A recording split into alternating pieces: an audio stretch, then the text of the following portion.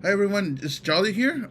Today I'm bringing to you a Pokemon Unite guide for Zeraora Jungle. Um, he's one of my favorite Pokemon so far. He seems pretty easy to use. I currently hit expert level with Zeraora Jungle, so that's where I'm currently at right now.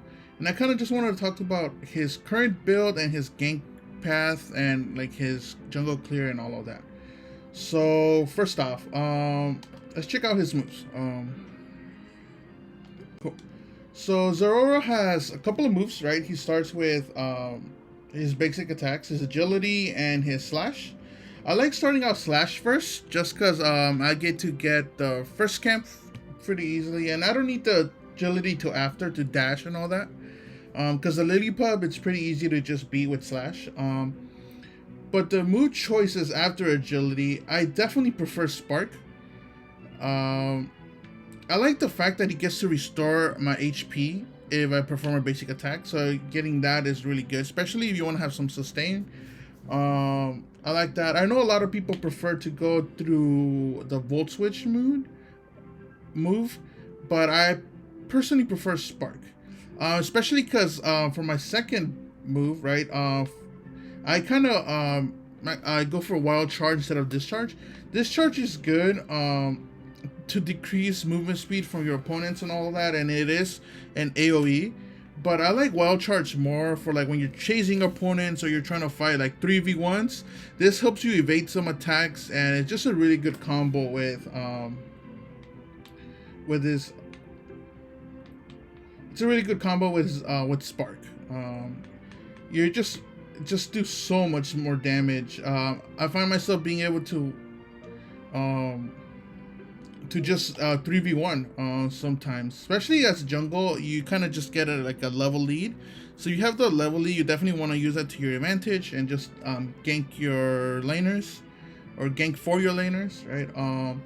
His Unite move, or I also call it its ult sometimes, is just Plasma Gale, right? He unleashes a blast of lightning, dealing damage to Pokemon in the area. So it's kind of similar to his second move, right? That I choose not to go to because of this, right? This was created a zone of plasma, right? Increases my basic attack range and damage dealt. Right. So because I have that, I don't find myself needing to use discharge as much. And then for his passive is Bulbasaur. Whenever you receive damage, you could convert that damage into additional attack. So it's really good for the 3v1 fights. Going into Wild Charge and going into Spark is just a really good combo. And then his basic attack, just his third attack, kind of like most of the other Pokemon. His third attack is boosted, dealing increased damage. It paralyzes the opponent's Pokemon and restores some of your HP. So again, it's just more sustain. As for items, so what I like to do for my items is for all good junglers, Floatstone is the best, right? It gives you a lot of movement speed. It's really good for that. Especially as jungle, you would definitely want to move around the map a lot more. You want to go top lane, bot lane. You want to check out what's happening in both your lanes. You want to make sure that you kind of help them get ahead. You know, if you score points, take their bases sooner, then it's most likely that you're going to win. Of course, Zapdos sometimes counters all of that, but usually helping your laners win is just really helpful. Attack weight, because why not? More attack. Yeah, I use this. Sometimes you could swap it for muscle band, or if you want more sustained focus band for defense, special defense. But this might help actually a bit more, just muscle, right? But I really like scope length, especially on Zeraora. Just more critical hit, more damage. It's just really useful. So like I say, you could have this, or you could have the weight. Both of those work, but these two are definitely foundational. The Floatstone and the scope lens. Just more damage, more speed. You get to move around the map. So those are his items. Those are his moves. So I kind of also wanted to show you what his clear looks like. So we're gonna go into the practice area. We're gonna practice with So I'm gonna select him, and we're gonna go against like Absol, for example.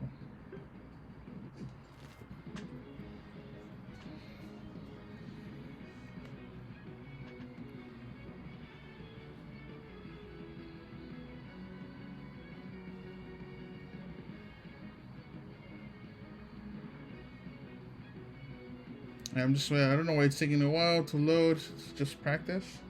So okay.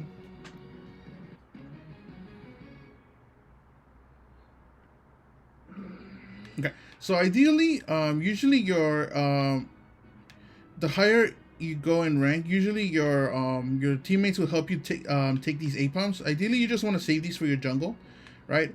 But say that you don't get it. This is when I like starting slash, because I get to attack this lily pub. So do some damage. And so if that's your first camp, then you go for Ludicolo.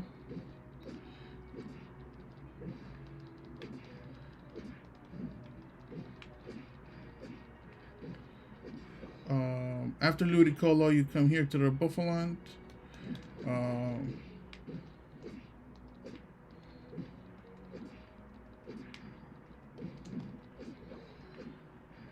Um, this is kind of like where I start looking at my map, right?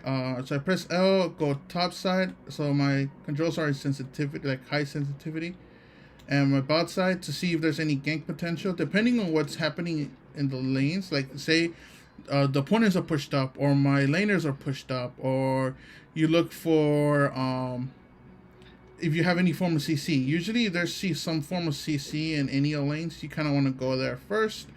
So you clear towards that side. So you either get this corphish here, or you get the corphish here first, and then you do the other one, and then figure out what direction you want to go. So say you want to go top lane, you want to start a corphish bot, and then come here, and then gank for your laners here. If not, then you'll go bot side. If you don't see there's anything happening, then you could just straight go for the corphish. Get the corphish, get the berry, get the second corphish. By now you should be ahead compared to most of the other Pokemon, right? Because either you started with the A-pumps and you got a level ahead there, or you got all the corphish and now you're ahead. So once you do that, you definitely want to take some time to just like get a lead, gank your lanes, and start gaining momentum from there on. But yeah, this is kind of just my early guide for Zeraora, how to play him jungle, his jungle clear, and all of that. Hopefully you found that useful, like the items, the move sets that I use. Like I said, sometimes you might not want to have wild charge. You might want to have the AoE, and that's totally fine. Discharge is just as good, but if you're trying to fight them head on, you definitely want to have that your wild charge. But however, if you find yourself with the other team having a lot of CC, you might not want to have wild charge, because if you get CC'd as Zeraora, it's easy for them to take you out, right? Because you're kind of squishy in a way. But if you gain levels, you gain momentum, you should be fine. But yeah, thanks for watching, and I'll see you guys in the next video. Peace.